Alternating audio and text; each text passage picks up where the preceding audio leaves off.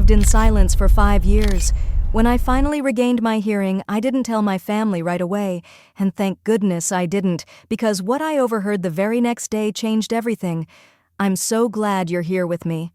Follow my story until the very end and drop a comment with the city you're watching from, so I can see just how far this story travels. My name is Blanche, and I'm 67 years old. 5 years ago, my life changed in a single moment. I was cleaning Harold's study when the old wooden ladder I was standing on suddenly broke. I hit the corner of his heavy mahogany desk, and that impact took away my hearing. The doctors said the damage to my inner ear couldn't be repaired, and so I was left in silence. Harold, my husband of 42 years, became my voice to the world. Our son, Stuart, came by more often at first, but his wife Esme always seemed uneasy about the extra attention I needed. I learned to read lips, to write notes, to survive in a world where sound no longer existed. The hardest part wasn't the silence itself. It was watching the patience of those I loved slowly fade. Esme would often whisper things behind me to Stuart, her arms folded, eyes rolling, lips moving too fast for me to catch. Even if I couldn't read her words, her expression said everything. But Harold never once lost patience. Even as his own health began to decline, he would sit with me, passing notes back and forth for hours, making sure I was part of every conversation. Then, just a few months ago, something unexpected happened. I started feeling strange little sensations in my ears, tiny pops and pressure shifts I hadn't felt in years. During a routine appointment, my doctor noticed something unusual and sent me to a specialist. Dr. Morrison gave me news that should have been a blessing. A new procedure had been developed that might restore my hearing. It was risky, costly, with no guarantees. But Harold and I agreed. I had nothing to lose. 2 weeks later, on a quiet Tuesday morning in our garden, it happened. I heard it. The soft, delicate song of birds, faint at first, then clearer and clearer until tears streamed down my face. I could hear again, but I didn't rush to share the miracle. Something inside told me to wait. Perhaps it was the way Esme had been looking at me lately, or the way Stuart's visits grew shorter and more strained. I decided to stay silent, to listen before I revealed the truth. 3 weeks later, Harold passed away in his sleep. Peaceful, sudden, heartbreaking, the love of my life was gone. At least he knew my hearing had returned, even if no one else did. The funeral was yesterday. Holy Cross Cemetery, a beautiful service filled with memories of Harold's kindness and his decades of service to our community. I sat at the front, playing the part of the grieving deaf widow, while secretly I could hear everything. Friends whispered memories, neighbors offered sympathy, but then I heard something that made my blood run cold. Esme's voice, soft, sharp, and unmistakable. "Thank goodness this is finally over," she whispered to her friend Margaret. "Stuart's been so worried about what to do with her. She can't live alone. Harold spoiled her too much. And she doesn't understand that things are going to change now."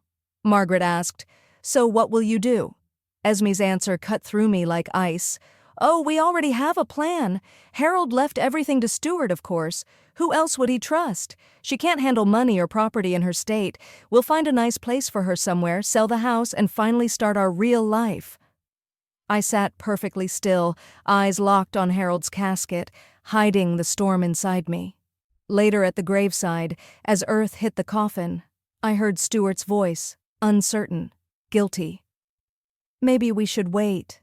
Mom seems so lost." "Maybe it's too soon," Esme snapped back. "She'll adjust. She has to. We can't put our lives on hold forever, Stuart. Your father knew that. That's why he arranged things this way." After the burial, everyone gathered back at our home, my home, though clearly in Esme's eyes it no longer belonged to me. I drifted through the rooms like a shadow, nodding politely as people offered condolences. They thought I couldn't hear, so most spoke only to Stuart or Esme, as if my silence made me invisible. But I heard everything. In the kitchen, I sat quietly at the table, face blank, while Esme took a phone call. Her words cut sharper than the grief in my chest. No, she doesn't suspect a thing. How could she? She can barely manage on her own. Stuart feels guilty, but he knows I'm right. What if there's a fire? What if she falls again? We'd be held responsible. Her sister's reply was too soft for me to catch, but Esme's response was clear. Of course, we'll be respectful. We're not cruel, but Harold's gone, and someone has to make practical decisions. She certainly can't. I kept my face neutral, but my hands trembled beneath the table. Later, when the last guest left, I retreated to my bedroom. From there, I heard Stuart and Esme talking in the living room below. The old floors carried every word. I think we should give it more time, Stuart said. She's grieving. We all are. Time won't change the facts, Esme replied. She's 67, deaf, and alone. The longer we wait, the harder it will be. Your father knew this day was coming. That's why he made sure you inherited everything. But what if she doesn't want to leave the house? Stuart asked. Esme's laugh was cold. Want? She doesn't get a choice. She'll go where we tell her to go. Within a month, she'll be grateful for it. I lay awake that night, staring at the ceiling, my mind racing. They believed Harold had left everything to Stuart. They were already planning my future without me, treating me like a problem to be solved instead of a person with choices. But there was one thing they didn't know. Something only Harold and I shared. The will they were counting on wasn't the true one. The next morning, I woke to Esme's voice echoing from the kitchen. She was on the phone again, sounding brisk and businesslike. Yes, I know these things take time, but we need to move quickly. She's only getting more confused by the day. Carefully, I crept to the top of the stairs, avoiding the familiar creaky board. From there, I could see her sitting at my table scribbling notes, like the house already belonged to her. Assisted living would be ideal, she said. Though honestly, she may need more than that. She doesn't respond when people talk to her. Seems lost. I'm worried about her mind, not just her ears. My grip tightened on the banister. She was painting me as incapable, as if I were some fragile shadow of myself. Stuart agrees, Esme continued. He's emotional now. But he knows I'm right. Someone has to be practical. Her voice sharpened. Of course she'll resist. They always do. But she doesn't really have a choice, does she? Harold left everything to Stuart because he knew she couldn't handle it. I pressed my hand over my mouth to keep from gasping. Lies, spoken with such ease that anyone listening would believe them. Moments later, Stuart entered the kitchen. Any word from the lawyer? He asked. Mr. Peterson said to wait until the will is read. Esme replied with a wave of her hand. But that's just a formality. Your father was clear. Stuart hesitated. Maybe we should talk to Mom first. Explain what we're thinking. Esme's laugh was sharp, dismissive. Explain? Stuart, she can't hear us, and even if she could, do you really think she'd understand estate management, property taxes, investments? She's never dealt with any of that. She's always been dependent. Your father knew that. He was protecting her. I wanted to scream. Harold had insisted I learn about our finances. I had balanced our household budget, handled insurance, even negotiated with contractors. I was capable. But Esme had never noticed or never cared. Besides, she went on, what kind of life would she have rattling around in this big house alone? At Sunset Manor, she'd have people, activities, professional care. She'll thank us eventually. Her words echoed in my ears long after she hung up. I knew Sunset Manor well, a gray, forgotten place on the edge of town where families left relatives they didn't want to deal with. Tiny rooms, bland food, staff stretched thin. I had passed it countless times, always pitying the residents staring out the windows at a world that had left them behind. And now, Esme was planning to send me there. What about the house? Stuart asked quietly. Oh, it'll sell fast, Esme replied smoothly. This neighborhood is in demand. We'll cover her care for years and still have plenty left over. Left over. As if I were just a cost to be minimized. Stuart sighed. I just wish Dad had talked to me about this before he passed. Esme's voice was gentle, but the words were poison. Oh, sweetheart, he tried. Remember last Christmas? He pulled you aside because he was worried about your mother. He knew you'd need to make tough choices. That was a lie. I remembered last Christmas perfectly. Harold had asked Stuart to be more patient with me. He wanted him to understand how hard the silence was for me, not to plot my removal. But grief bends memories, and Esme knew exactly how to twist them.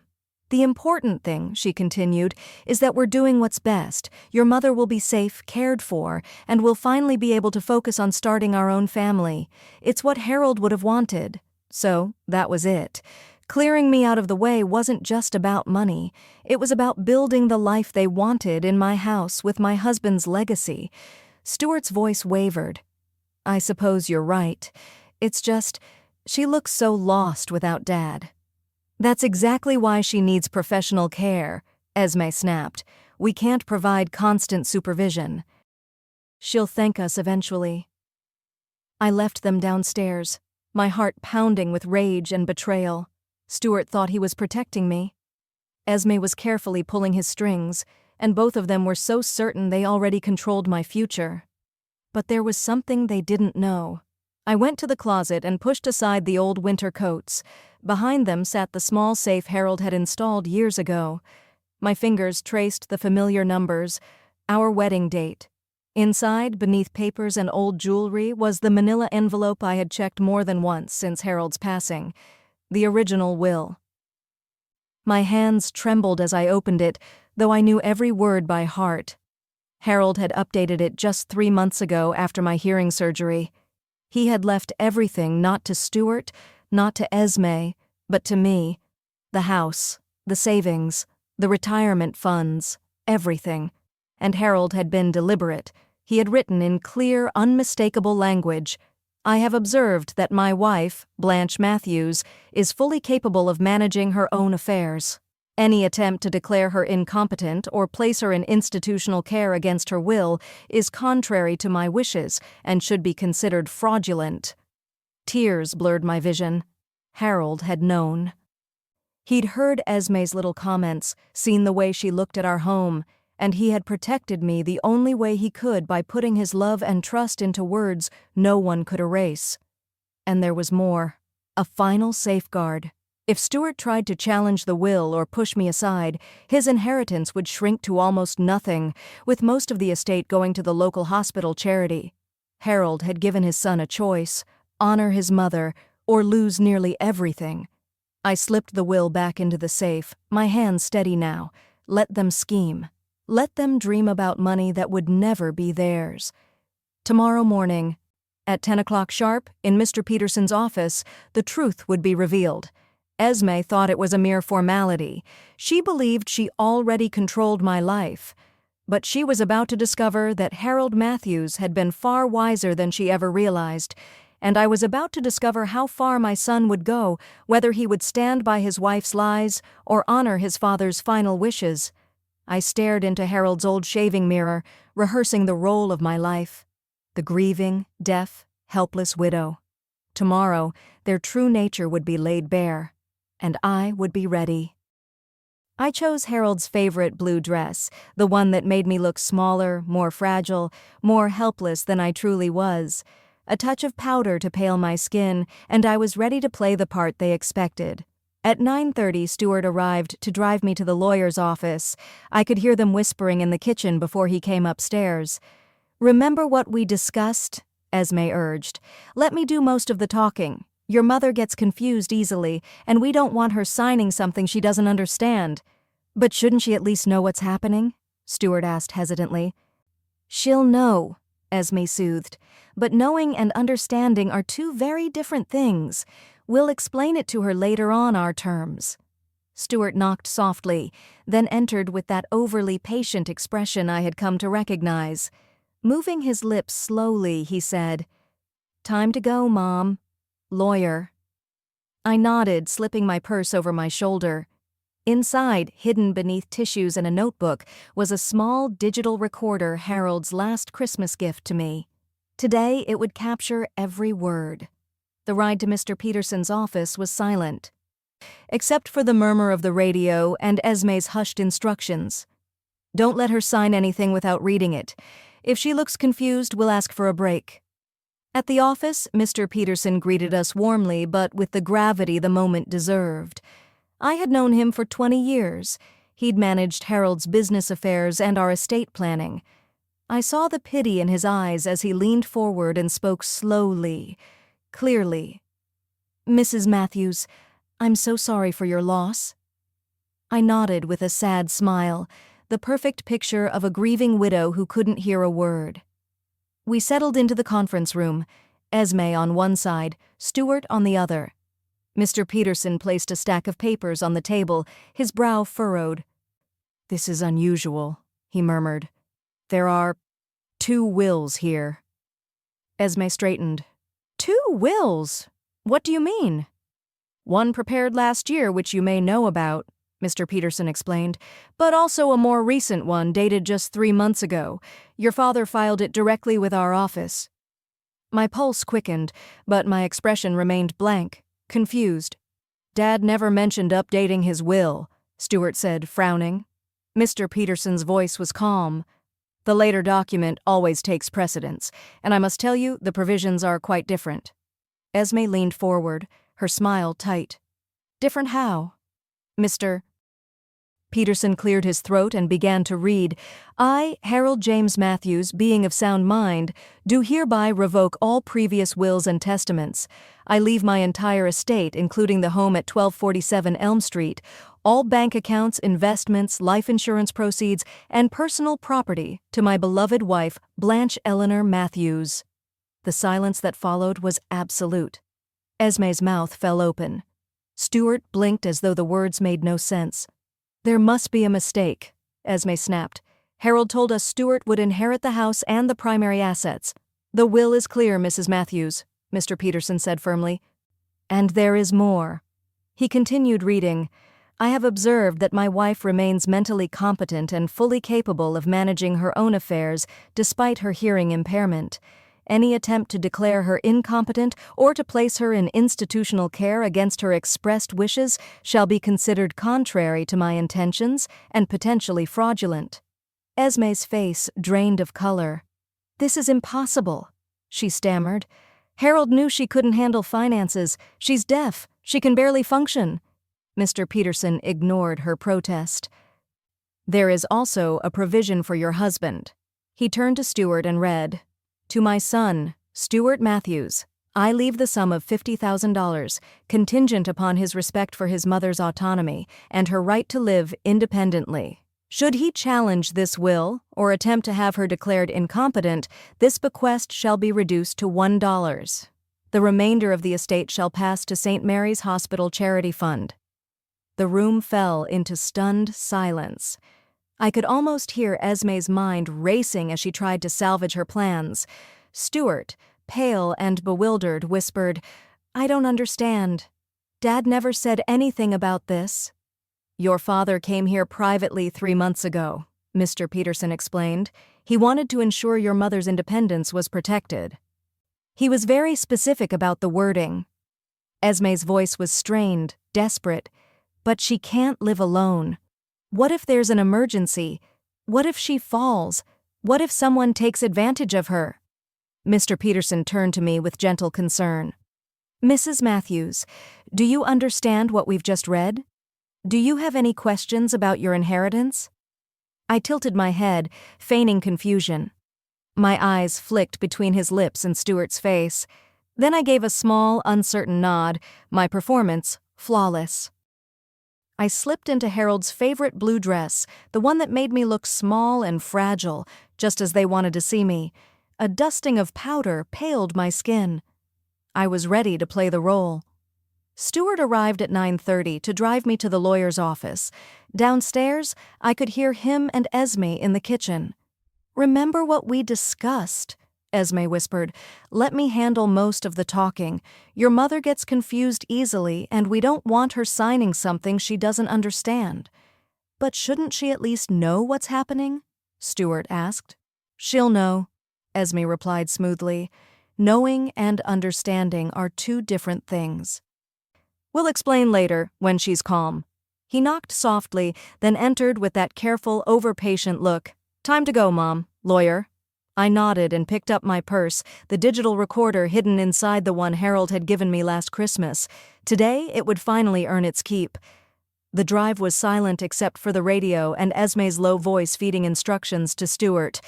Don't let her sign anything without reading it. If she seems confused, we'll take a break.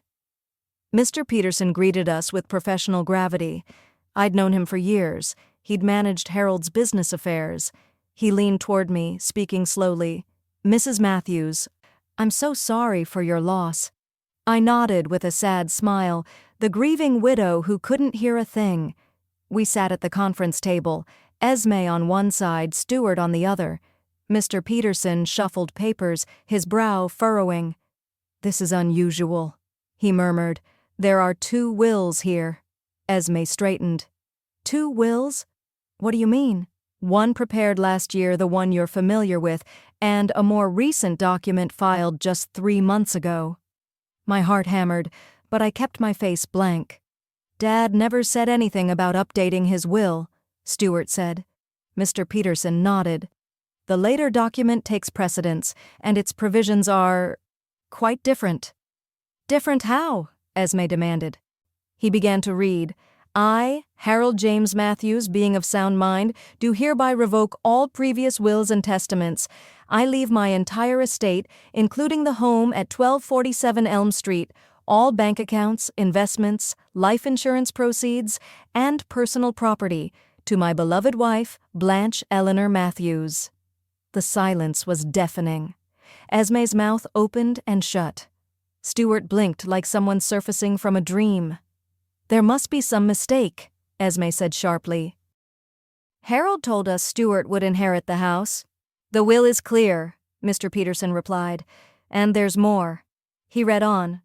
I have observed that my wife remains mentally competent and fully capable of managing her own affairs despite her hearing impairment. Any attempt to declare her incompetent or to place her in institutional care against her expressed wishes shall be considered contrary to my intentions and potentially fraudulent. Esme's face turned white. This is impossible, she whispered. Harold knew she couldn't handle finances. She's deaf. She can barely function. There is also a provision for your husband, Mr. Peterson added, turning to Stuart. To my son, Stuart Matthews, I leave the sum of $50,000 contingent upon his respect for his mother's autonomy and her right to live independently. Should he challenge this will or attempt to have her declared incompetent, this bequest shall be reduced to $1, the remainder of my estate going to St. Mary's Hospital Charity Fund. The room fell silent again. I watched Esme's jaw tighten as she began to realize Harold had outmaneuvered her completely. Stuart cleared his throat. I don't understand. Dad never told me about any of this. Your father came to our office privately, Mr. Peterson said. He wanted to make sure your mother was protected. Esme's voice cracked. But she can't live alone. What if there's an emergency? What if she falls? Someone could take advantage of her. Mr. Peterson looked at me gently. Mrs. Matthews, do you understand what we've just read? Do you have any questions? I tilted my head, eyes flicking between his lips and Stuart's face.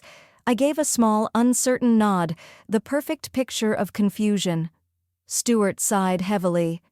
She doesn't understand, Mr. Peterson. She's been like this since Dad died.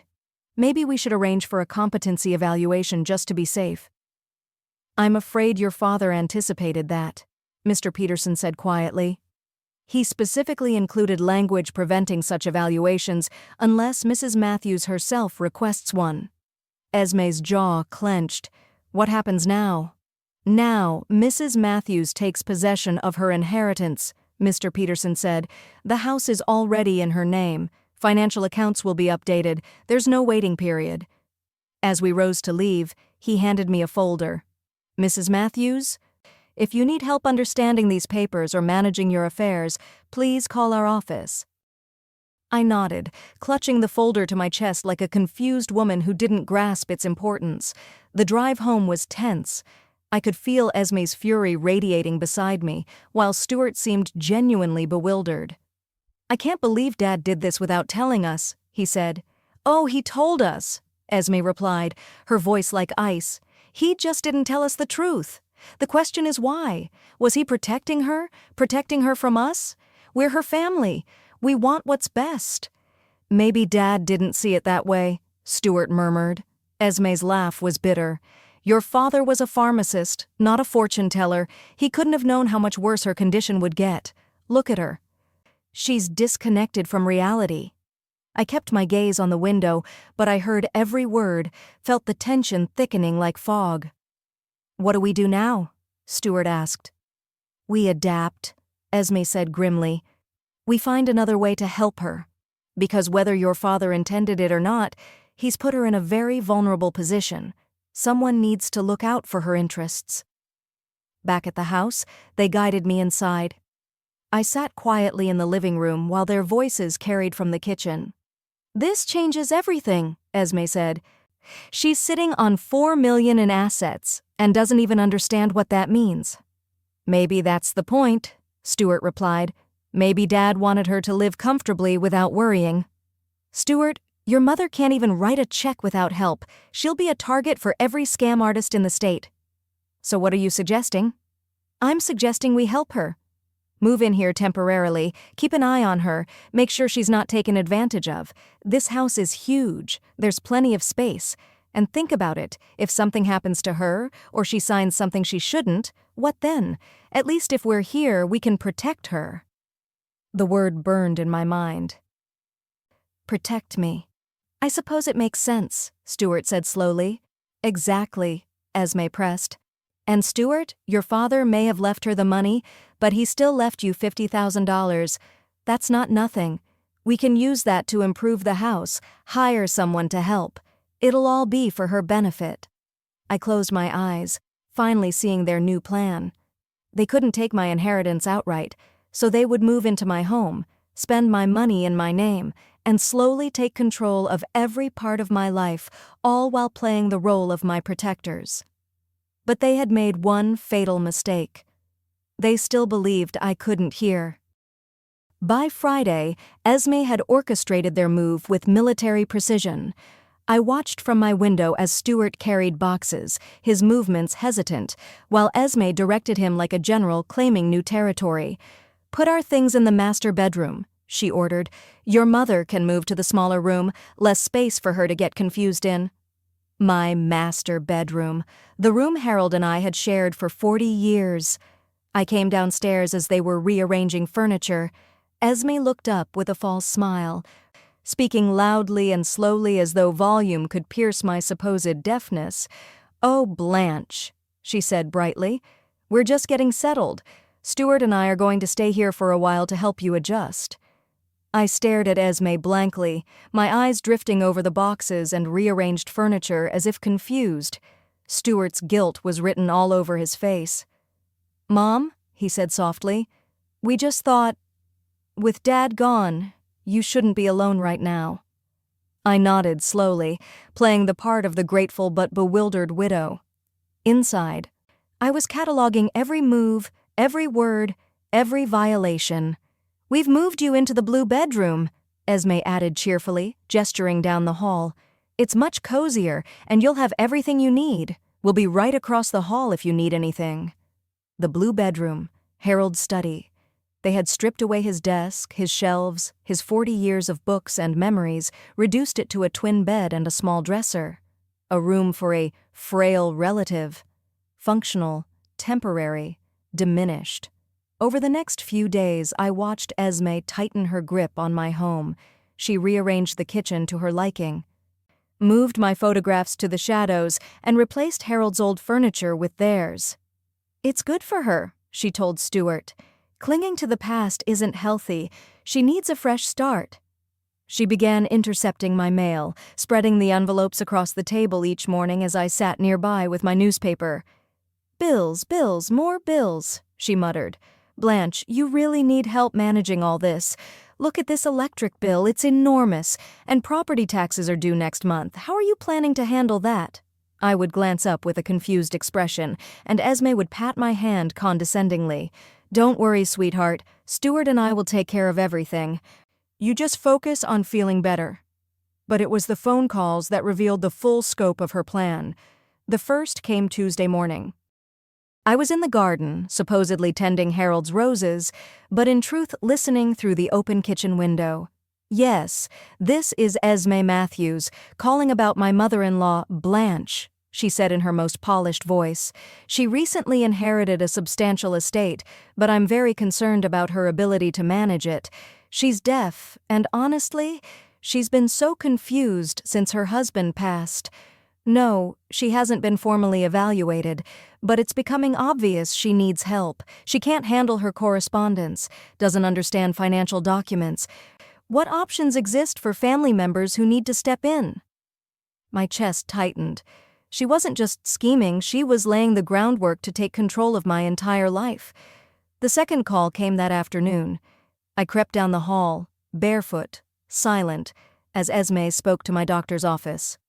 "Yes, Dr. Hendress, this is Esme Matthews. I'm calling about my mother-in-law.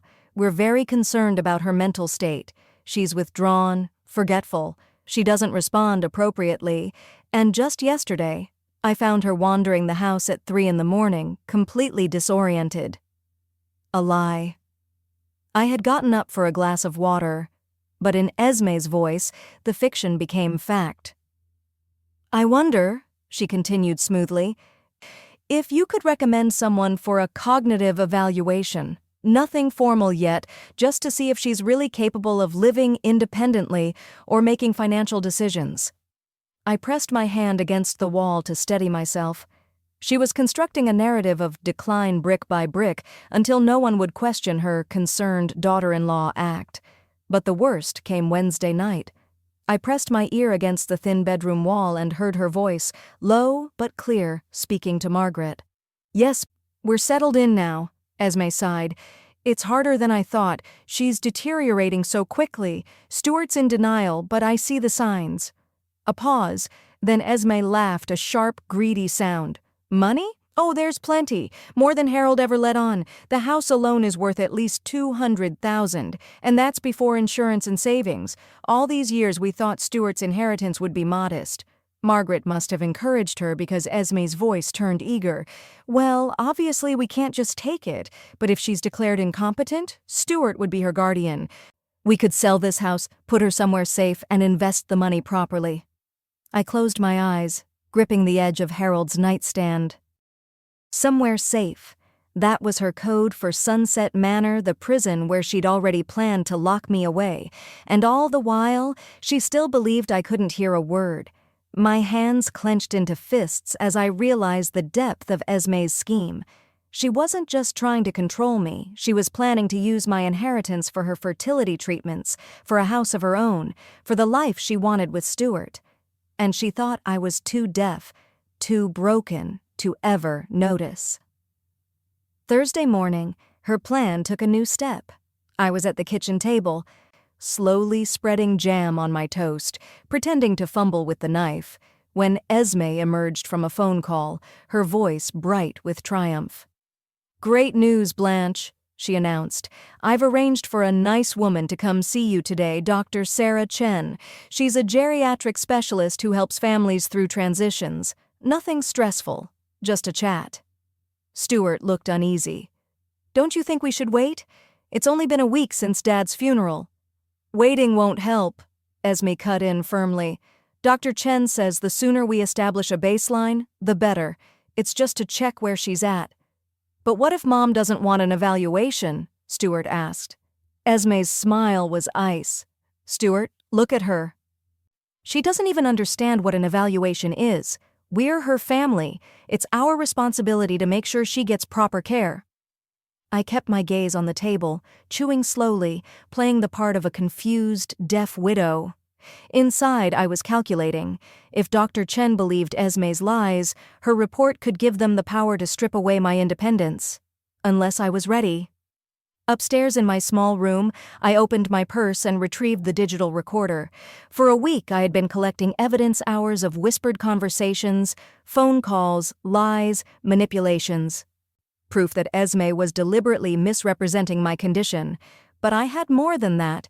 I had Harold's will, hidden safely in the closet, And I had something even stronger, a letter Harold had written just for me, sealed and marked. To be opened only if Blanche feels threatened or pressured by family after my death. My fingers trembled as I broke the seal. "My dearest Blanche," it read, "if you are reading this, then my worst fears have come true. I suspect Esme will try to take advantage of your situation. She has been too interested in our finances, too eager to discuss what would happen to you if I were gone. I want you to remember you are not helpless. You are the strongest woman I know. Do not let them convince you otherwise. The will protects you legally, but you must protect yourself personally. Use your strength. Fight back. All my love, Harold." Tears blurred my vision as I folded the letter. Harold had seen this coming. He had left me not just protection, but courage. By 2 and I was ready. Not as the helpless woman Esme believed me to be, but as the woman Harold knew I was. From the window, I watched Esme greet Dr. Chen at the door, her performance flawless. "Dr. Chen, thank you so much for coming," she said, her voice dripping with concern. "This has been such a difficult time." I descended the stairs slowly, leaning on the banister, moving like someone fragile and unsteady. Esme rushed to my side, her hand gripping my arm in what looked protective but felt controlling. "Blanche, this is Dr. Chen," she said loudly, as though volume could replace truth. "She's here just to visit for a little while." Dr. Chen gave me a kind smile. "Hello, Mrs. Matthews. I'm so sorry for your loss. This must be a very difficult time." I tilted my head, staring at her blankly, as if struggling to understand. Esme jumped in instantly, filling the silence. "She's been having so much trouble since Harold passed, withdrawn, confused. Just yesterday I found her setting the table for 2 people, as if she'd forgotten he was gone." I lowered my eyes, letting the act continue. Let Esme dig her own grave with lies, because today wasn't just her performance, it was mine. That was another lie. Yes, I had set 2 places at the table, but only out of habit. I'd caught myself and removed Harold's setting immediately. It was grief, not confusion. But in Esme's version, everything became evidence. "Why don't we sit and chat?" Dr. Chen suggested, settling into Harold's old armchair. Esme took the couch, angled to watch both of us, determined to control the narrative.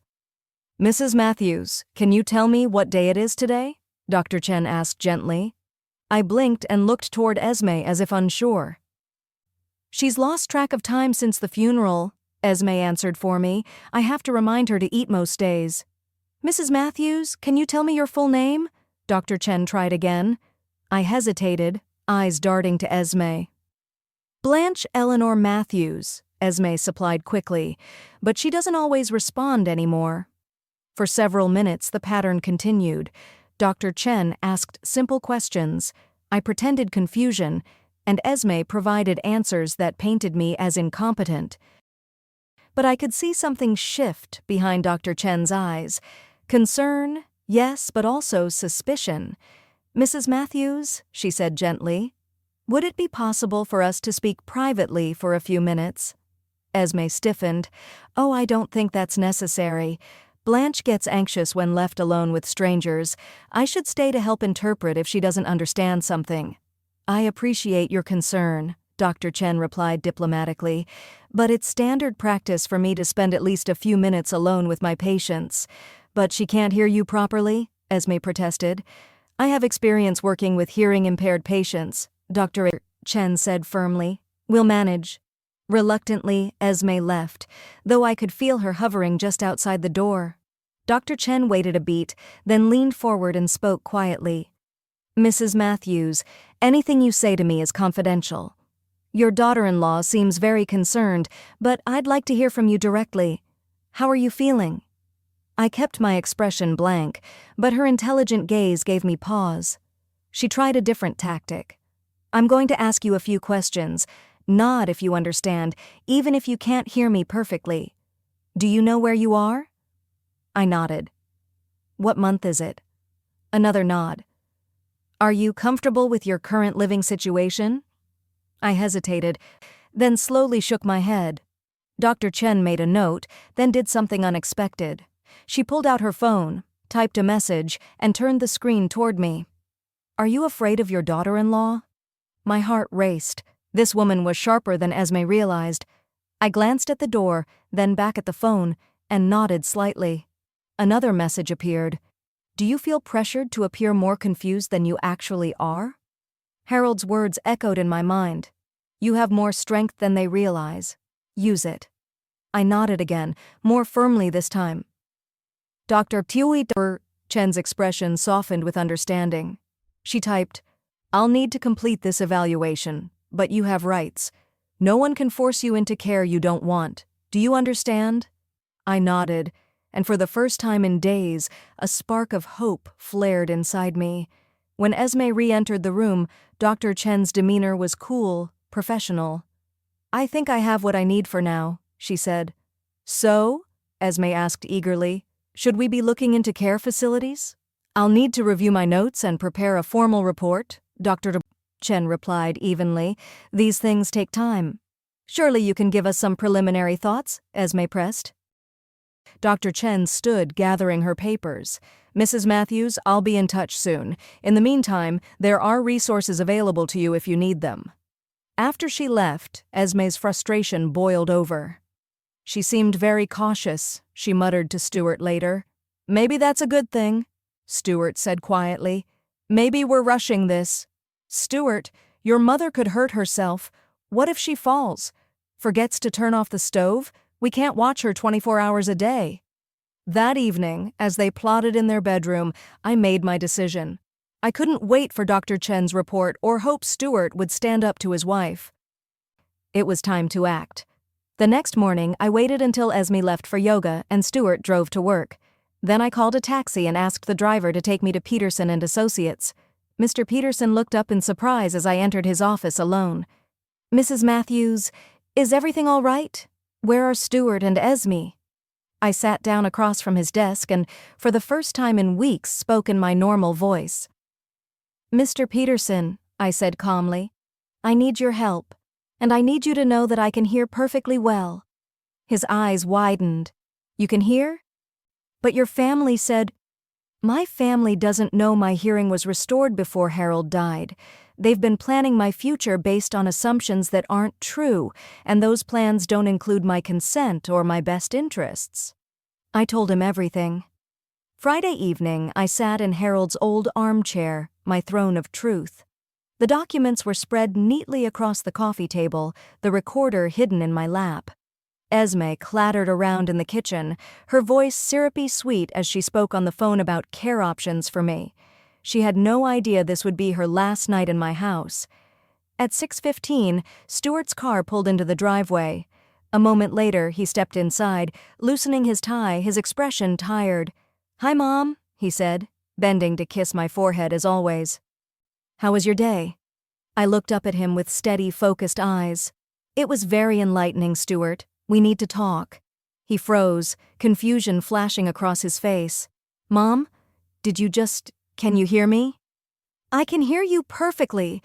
I've been able to hear everything for months." The crash of shattering dishes rang from the kitchen. Esme rushed in, her face pale, her eyes wide. "That's impossible," she whispered. "You're deaf. You've been deaf for 5 years." "I was deaf," I corrected, rising to my feet with more strength than I'd shown in weeks. "I had surgery 3 months ago. Harold and I decided to keep it private, and it turns out that was the wisest decision we ever made." Stuart sank onto the couch, shock painted across his face. "All this time," I continued, "you thought I was powerless. You thought I couldn't hear you planning my future without me. You thought I couldn't hear Esme calling me confused, incompetent, unfit. You thought I couldn't hear your conversations about selling my house and locking me away." Esme's shock curdled into fury. "This is ridiculous. You've been wandering around like some senile old woman. And now you expect us to believe you've been fine all along?" "I don't expect you to believe anything," I said calmly. "I expect you to listen." I pressed play on the digital recorder. Esme's own voice filled the room. "She can't manage money. She'll go where we tell her to go. Stuart and I will sell the house and start our real life." Esme's face drained of color. Stuart's head snapped toward her, eyes wide with betrayal. "That's not— She's twisting it," Esme stammered. "Enough," I cut in, my voice sharp. "Harold knew what you were capable of. That's why he updated his will. Everything is mine, this house, the accounts, every penny. And if Stuart challenges it, his inheritance drops to $1. All of it will go to charity." I pulled the manila envelope from the stack on the table and laid it in front of them. Harold's handwriting glowed against the page. "To be opened if Blanche feels threatened." Stuart reached for it with shaking hands, reading the words aloud. His voice cracked on the final lines. "You are not helpless, Blanche. Do not let them convince you otherwise. Fight back." Silence hung heavy in the room. "Stuart," I said softly, "I don't blame you for being blind. Guilt and grief cloud judgment. But you are no longer a boy. It's time you decide. Will you honor your father's wishes? Or will you follow your wife down this path of lies?" Esme rounded on him, her voice shrill. "Stuart, don't let her manipulate you. She's playing you." "No," Stuart said quietly, his eyes fixed on the floor. "You're the one who's been playing me." Esme's mouth opened, then closed again. Her fury was palpable, but the battle was over. I straightened, every inch the woman Harold had known me to be. "You will both receive formal notice tomorrow. You have 30 days to leave my home. If you refuse, we'll proceed legally. And Esme—" I met her eyes, steady and unflinching. "This performance is over." Esme glared at me, her lips trembling with rage. But for the first time she had no words, and in that silence, I finally felt free. "You've been lying to us," Stuart said weakly. "Do you have any idea what we've been through? Worrying about you, trying to take care of you?" I picked up the digital recorder and held it where they could both see it. "Would you like to hear exactly what kind of care you've been planning for me?" I pressed play. Esme's voice filled the room. "Thank God this is finally over." "Stuart's been worried sick about what to do with her. She can't live alone, obviously, and Harold spoiled her rotten." Stuart's face went white as he heard his wife's words from the day of the funeral. I fast-forwarded to another recording. "The timing is actually perfect. We've been trying to have a baby for 2 years, and the fertility treatments are expensive. Plus, with Stuart's promotion coming up, we could really use a larger down payment for our own house." Stuart turned to his wife, his voice a whisper. "Esme, what is she talking about?" But I wasn't finished. One by one I played the recordings, Esme lying to Dr. Hendress about my mental state, her conversation with Margaret about my money, her plans to have me declared incompetent. With each revelation, Stuart seemed to shrink further into himself, while Esme's polished facade cracked and fell away. "This is taken out of context," she cried. "I was upset. I was grieving too. I said things I didn't mean." "Really?" I asked softly. I lifted a thick folder from the table. "Because Dr. Chen's evaluation tells a very different story." I opened the report and read aloud. "Mrs. Matthews shows no signs of cognitive impairment or diminished capacity. However, I observed troubling family dynamics, including interruption of patient responses, speaking for the patient without consent, and apparent coaching of patient behavior. I recommend immediate intervention if family members continue attempting to override patient autonomy." Stuart stared at his wife, horror dawning. "Esme, is this true? Have you been lying about Mom's condition?" "Stuart, you've seen her," Esme said quickly. Confused, withdrawn. "Because I was grieving," I interrupted, my voice clear and steady. "Because I lost my husband of 42 years. That doesn't make me incompetent, and it certainly doesn't give you the right to steal my inheritance or plan my life without my consent." I reached for Harold's will and placed it on the table. "This is why Harold left everything to me, Stuart. Not because he didn't love you, but because he saw what was happening. He knew Esme was already planning for his death, already calculating the value of our assets." Stuart picked up the will with trembling hands and read the section about protecting me from family pressure and exploitation. "Dad knew," he whispered. Your father was a wise man," I said softly. He saw through Esme's manipulation, even when you couldn't. Esme's composure snapped. "This is ridiculous, Stuart. She's been lying to us for weeks. How can you trust anything she says?" "Because," Stuart said slowly, his eyes fixed on her, "everything she's saying makes sense. The way you pushed for the evaluation, the way you insisted we move in here, the way you've been making all these plans." He looked at his wife as if seeing her clearly for the first time. "My God, Esme, what have you done?" "I've been trying to protect her," Esme snapped. "Someone had to think practically about her future." "By lying about her mental state? By planning to take her inheritance?" Stuart asked quietly. "It's not stealing if it's in her best interest." I stepped forward, my voice calm but firm. "That's not your decision to make, Esme. It never was." I walked to the front closet and retrieved 2 suitcases, the ones they'd brought when they moved in just 1 week ago. "I want you both out of my house tonight." Stuart's face crumpled. "Mom, please, let me explain." "There's nothing to explain, Stuart. You chose to support your wife's lies instead of defending your mother. You moved into my house, took over my bedroom, and planned my institutionalization without ever once asking what I wanted. But we thought we were helping?" "No," I said, my voice steel.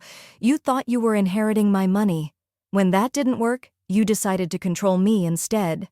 I handed the suitcases to Stuart. "You have 1 hour to pack your belongings and leave. If you're not gone by 8 o'clock, I'll call the police and have you removed for trespassing." Esme found her voice again. "You can't do this. We have nowhere to go. You have your apartment. You have your jobs. And you still have the 50,000 Harold left Stuart, assuming he doesn't contest the will and lose even that. This is insane," Esme shouted, turning on her husband. "Stuart, are you going to let her throw us out like this?" Stuart looked between his wife and his mother, his face torn.